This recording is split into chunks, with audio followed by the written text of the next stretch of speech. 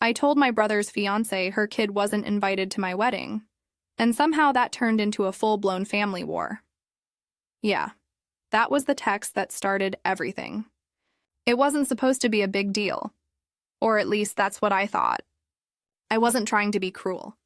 I wasn't trying to make a statement. I was just planning a wedding. Let me back up a little. I'm Rachel, 33, and I'm getting married this fall in Napa Valley. A small, adults-only vineyard ceremony, elegant, intimate, and maybe a little bit Pinterest-obsessed. 50 guests, tops. Think cream linens, champagne tones, live string quartet, not a single plastic cup in sight. From the beginning, my fiancé Ethan and I agreed. No kids. Not because we hate them. I love my friends' children, I swear. But because we wanted one day that wasn't filled with juice boxes, tantrums, or tiny fingers smearing frosting across white tablecloths. Just one day that felt calm and adult. So when the invitations went out, we kept it clear and consistent. Adults only. Every single guest knew, or at least I thought they did. Then came Lena, my brother's fiancée. She's 29, sweet on the surface, polished in that way people who love lifestyle vlogs are, always in beige sweaters and soft lighting. She has a 4-year-old son, Mason, from a previous relationship. He's adorable, energetic, and absolutely not built for a vineyard wedding where the biggest entertainment is a live jazz trio and a 7-course meal. When Lena texted me asking why Mason's name wasn't on the RSVP list, I thought it was a simple misunderstanding. "Oh no," I wrote back cheerfully. "Not a glitch. We're just doing adults only, remember?" That was it. That's all I said. The next morning, I woke up to my phone exploding. Group chat notifications, missed calls from Mom. My aunt, who I haven't talked to since she tried to sell essential oils at Grandma's funeral, was suddenly back in circulation. Apparently, saying no kids was equivalent to publicly kicking a puppy. Lena had posted in the family chat. "So just to confirm, my son isn't invited to what's supposed to be a family event?" I swear I could hear the collective gasp through the phone. My brother, Kyle, who normally avoids confrontation like it's contagious, finally chimed in. "Maybe you could have told us sooner. We already booked flights." Flights? For a 4-year-old to Napa? For a wedding that literally says adults only on the invitation? I took a deep breath and typed carefully, trying not to sound defensive. "I didn't know you booked anything, Kyle. We've been clear from the start. It's adults only. I'm really sorry if that wasn't obvious." Cue my mom, who has never met a boundary she didn't try to soften. "Sweetheart, it's just one kid. He's family." It's a little harsh, don't you think? I wanted to scream. But instead, I wrote, "It's not about Mason, it's about the kind of event we're having. It's not personal, but of course it was personal, at least to them." By lunchtime, my aunt had joined in, typing from wherever she hoards opinions. "You might regret excluding people over something as petty as a child being there." Petty. I actually laughed. Meanwhile, Ethan was across from me at the kitchen table, watching me silently unravel while eating a leftover Chick-fil-A sandwich. "This is insane," I told him. "It's one wedding, not the Hunger Games." He shrugged, trying to stay neutral. "Just stick to your boundaries, Rach. You can't make everyone happy." And he was right. But my family wasn't going to make that easy. By the end of the day, my dad texted me privately with what he called a compromise. Why not hire a babysitter at the venue? The kids can stay in a side room? No, absolutely not. The whole point was to have 0 kids, not a playroom off to the side where you can hear faint screaming during the vows. So, I told him that, calmly. I don't want to worry about crying during the ceremony or sippy cups near the floral arch. Dad, please just respect that. An hour later, Kyle left the group chat with a dramatic message. "I'm not coming." That's when I realized this wasn't about a wedding anymore. It was about control, about who got to define what family meant. For 2 days, Lena said nothing. Total radio silence. But everyone else? Oh, they were busy. I got passive-aggressive emoji strings from Mom, side texts from cousins asking if I'd really banned the kid, and a voicemail from my aunt suggesting therapy. For me, not them. When I finally called Lena, I was exhausted. "Hey," I said, trying to sound reasonable. "I really didn't mean to make you feel excluded. It's just that we decided on adults only, and we've been consistent." Her voice was calm, too calm. "Well, it feels personal. You didn't even ask if we were comfortable leaving Mason behind. You just assumed." I rubbed my temples. "Lena, it wasn't about you. No kids were invited. Not my fiancé's niece, not my best friend's twins. We even offered to cover babysitting at the hotel," she sighed. "Honestly, I think this wedding is showing everyone where your priorities are." Click. She hung up. I sat there staring at my phone, wondering how the hell I became the villain in my own story, but I stuck to it. I had to. The venue was booked, the guest list finalized, and my patience officially out of stock. I told Ethan that night, if people can't respect one boundary for one day, maybe they shouldn't be there. He nodded, kissed my forehead, and said, "Then we'll toast with the people who can." Still, as I lay in bed, I couldn't help but wonder, did I just blow up my family over a 4-year-old and a vineyard dress code? Or did everyone else make it bigger than it ever had to be? Either way, there was no going back. And that was only the beginning. The day before the wedding, everything looked perfect. The vineyard glowed under a late summer sunset, all gold light and lavender shadows. The tables were already set. Crisp linens, crystal glasses catching the glow like tiny stars. It should have felt like the calm before the celebration. But instead, it felt like standing on the edge of a family fault line that was about to split wide open. I was at the hotel, checking over the welcome dinner setup when my mom appeared, wine glass in hand. Fake smile plastered on like she was auditioning for Mother of the Year. She raised her glass, sighed, and said, "You know, Rachel, one day you'll have a child. And maybe then you'll understand how this felt for them." I blinked, stunned. "Are you kidding me, Mom? I didn't exile anyone. I just said no toddlers at a 4-hour event with open bar and glass everywhere." She shook her head, voice trembling with self-righteous pity. "He's your nephew." "No, Mom," I said, keeping my voice even. "He's a 4-year-old. My brother is the one who ghosted me because I didn't make an exception to a rule everyone else respected." That was the moment she gave me the look, the same one she used when I was 15, and told her I didn't want to wear her old prom dress. The "you're so ungrateful" look. Then she turned and walked away. I remember standing there, watching her silver heels disappear down the corridor, thinking, this is what it means to grow up. You lose your right to be understood by your own family. The next morning was my wedding day. The weather? Perfect. The dress? A little tight thanks to my aunt's surprise taco night the week before, but still stunning. The music? Beautiful. For a few hours, it almost felt peaceful, until the photographer asked, "Do you have any siblings?" I smiled, then said, half joking, "Not today." Everyone laughed. Everyone except my dad, who muttered "classy" and walked away. And that's when I knew. Even on my day, I was still the villain in someone else's story. Later that night, while people were dancing under fairy lights and Ethan was laughing with his college friends, I slipped away for a moment of quiet. I pulled out my phone and saw 3 missed calls from Kyle. My stomach dropped. I stepped outside into the vineyard breeze, still in my dress, still clutching a glass of champagne. I played his voicemail. "Hope the wedding was everything you wanted," he began, voice tight with hurt, "because I hope it was worth blowing up the family over." Then came the guilt parade. "Lena was hurt. You made it clear you don't see Mason as family. You could have made one exception, but you didn't. I was going to come. I even bought the suit. But you made your choice."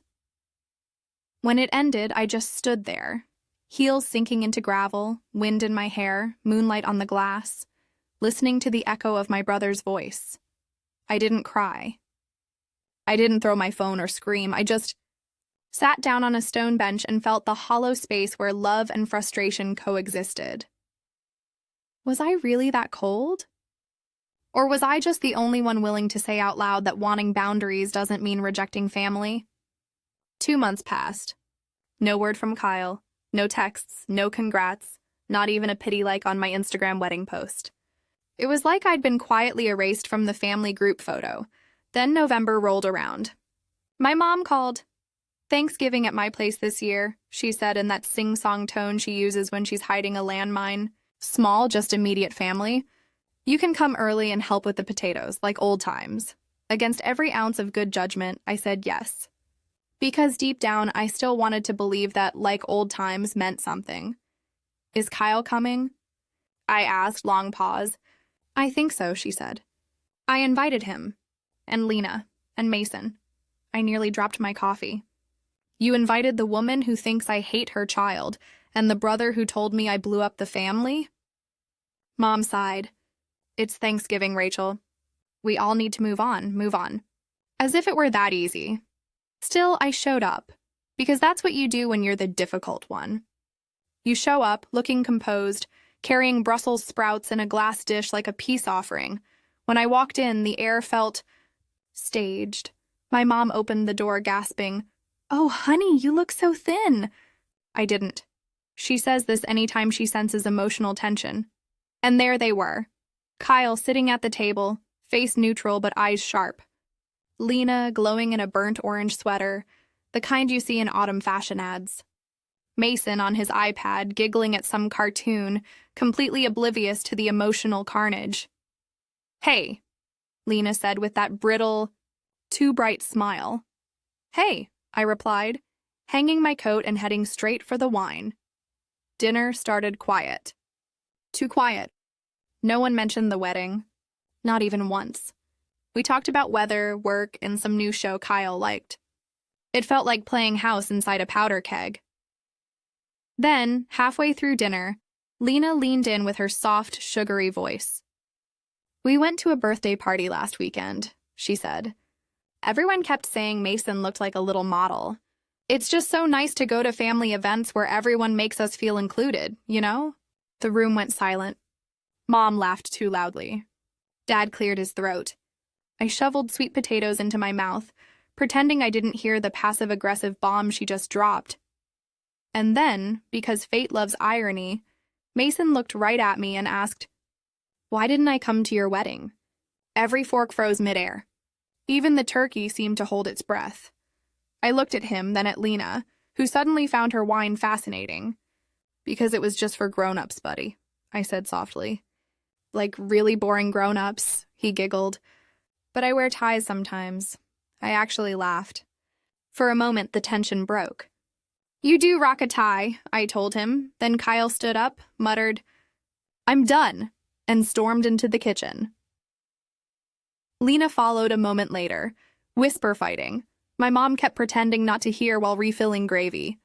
Finally, I snapped. I stood up, voice shaking but steady. "What are we doing here? Are we just going to pretend this isn't weird as hell?" No one moved, I went on. "You iced me out for months. You didn't come to my wedding? You left me a guilt voicemail. And now I'm the bad guy because I followed my own rules?" Kyle came back from the kitchen, jaw tight. "You made it impossible to feel welcome, Rachel." "You always do?" I almost laughed.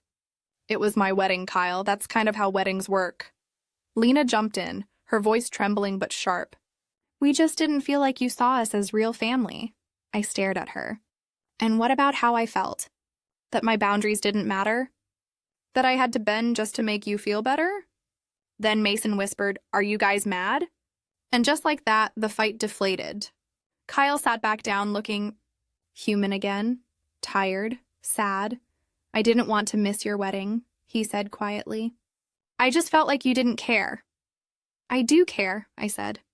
"But I can't keep apologizing for not doing things your way." Another silence. The kind that hums. Lena finally stood. "Thanks for dinner," she said flatly. Then they left. Mason waved at me from the doorway. When the door closed, Mom whispered, "You could have just let it go." I looked her dead in the eye. I've been letting it go since August, and for once, she didn't have a comeback. That night, I sat in my car in the driveway, staring at the glow of their house through the frosted window, thinking about how sometimes love doesn't break, it just quietly hardens. I thought about calling Kyle, but I didn't, because if the past few months had taught me anything, it's that sometimes silence is the only boundary people actually hear. Christmas came early that year, at least according to my mom, who had already decorated her entire house by mid-November. Fake snow sprayed across every window, mismatched ornaments on the tree. All I want for Christmas is you looping like a curse. And in the middle of it all, a new family photo over the fireplace. At first, I didn't notice. I was too busy helping her untangle a string of lights and pretending last Thanksgiving hadn't happened. Then I looked up. There it was, a glossy 8x10 print framed in gold. Kyle, Lena, little Mason, Mom and Dad in the center, smiling like a Hallmark ad. And right where I should have been, a carefully arranged poinsettia vase. I froze. It took me a full 10 seconds to realize what I was looking at. "Where was that taken?" I asked, voice too calm. "Oh, Thanksgiving," Mom chirped. "Lena had her camera. She takes such lovely photos, don't you think?" I stared at her. "So everyone took a family photo after I left?" She didn't answer right away. Instead, she fussed with a garland, like that could somehow hide the guilt. "They were all still here," she said finally. "It just happened naturally." "Right," I said. "Naturally. After your daughter walked out, silence. Then Dad muttered, 'Don't make this about you, Rachel. It's just a picture.'" "Exactly," I said. "It's just a picture. Which is why maybe it shouldn't erase me." Mom exhaled sharply. "Oh, for heaven's sake, Rachel, not everything is an attack. You chose to leave early. I left because your son stormed out and your daughter-in-law weaponized a 4-year-old at dinner." "Language!" she snapped. That was it. That word, language, like I was 12 again, being scolded for saying hell in front of Grandma. I took a deep breath, tried to steady the anger that felt old and familiar. "Do you even hear yourself?" I asked quietly. "You keep saying you want peace, but what you really want is silence." She opened her mouth, then closed it. I picked up the photo frame. My reflection stared back at me, a faint outline in the glass where I should have been. "I hope Mason grows up knowing what honesty looks like," I said, "even if it's messy." Then I set the frame back down and walked out. That night, Ethan found me sitting on the couch, still wearing my coat, lights from the tiny Christmas tree flickering across my face. He sat beside me, handed me tea, didn't ask anything right away. He's good like that. Finally, I said, "They took a family photo without me." He winced. "Ouch." "Yeah," I said. "It's stupid to care, right?" "No," he said softly. "It's human." And then I broke. All the quiet restraint, all the politeness I'd been holding in for months, it just cracked. "I keep trying, Ethan. I show up. I bite my tongue. I make peace offerings. And it never matters. Because they've already decided I'm difficult." He put an arm around me. "Maybe difficult is just what they call people who stop pretending." I laughed, watery and bitter. "So what, I'm a rebel for wanting to not be erased?" "Exactly," he said. "Congratulations on your emotional revolution." We sat there, laughing through tears, until the tree lights clicked off automatically. Christmas morning, my phone buzzed. Family group chat, "Merry Christmas, everyone." Photo attached, the same family picture, now photoshopped into a digital card. I stared at it for a long time. Then I typed, "Merry Christmas. Love from the missing Voss," and hit send. 5 minutes later, Kyle texted me privately. That was unnecessary. I took a breath. So was excluding me from a photo. "It wasn't about you, Rachel. It always is when I'm the one missing." No reply, just Kyle is typing for a few seconds. Then nothing. A minute later, Lena messaged me too. For what it's worth, I didn't mean for any of this to blow up like that. I didn't expect that. I didn't even know what to say. "I believe you," I typed. But it did, yeah, it did. Then, Mason still talks about your dress. Said you looked like a fairy. I smiled. Tell him thanks. He's still invited to every boring adult party when he's old enough. Deal. A week later, a small package showed up at my doorstep. No note, no sender. Inside, a framed photo. Not the perfect one from Thanksgiving, a different one. It was taken months ago at the wedding rehearsal dinner. Everyone was laughing. Me in the middle, head thrown back. Kyle on one side, pretending to steal my fries. Mom blurry in the background. A moment before everything fell apart. And taped to the back, in Kyle's handwriting, maybe this one was better anyway. I didn't cry right away. I just stood there, running my thumb over the frame, thinking about how messy love is, how it doesn't really heal in a single apology or a single photo. But sometimes it finds a quiet way back in. Epilogue, 6 months later, Mason turned 5. Lena invited us to his birthday, cautiously, like testing the water. I brought cupcakes and a tiny Lego set. Kyle greeted me at the door. Hey, he said. Hey, it wasn't forgiveness. It wasn't closure. But it was something. Halfway through the party, Mason tugged on my hand. Come take a picture, he said, so I did. And this time, when the flash went off, no one was missing.